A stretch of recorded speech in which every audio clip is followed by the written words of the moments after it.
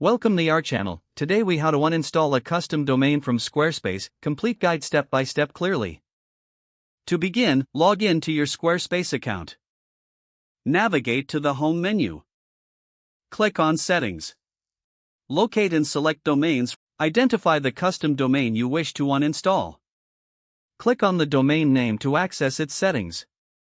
Scroll down to the bottom of the domain settings page.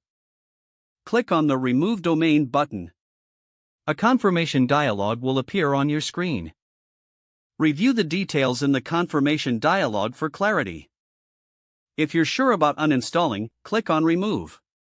Wait a moment for Squarespace to process your request. After removal, you will be redirected back to the domains page. Verify that your custom domain is no longer listed. If needed, consider updating your DNS settings with your domain registrar.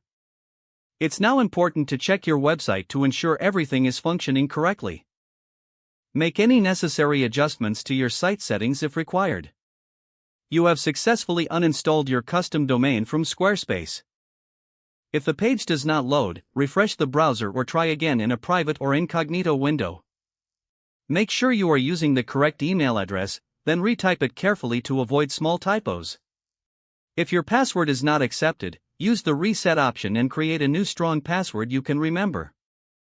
Check your spam folder for verification or security emails, then complete any requested confirmation steps.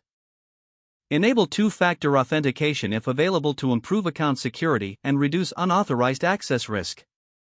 After signing in, review your profile details so your contact information and settings are accurate and current.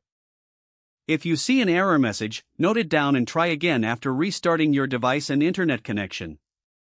Log out when you finish, especially on shared devices, to keep your account and payment information secure.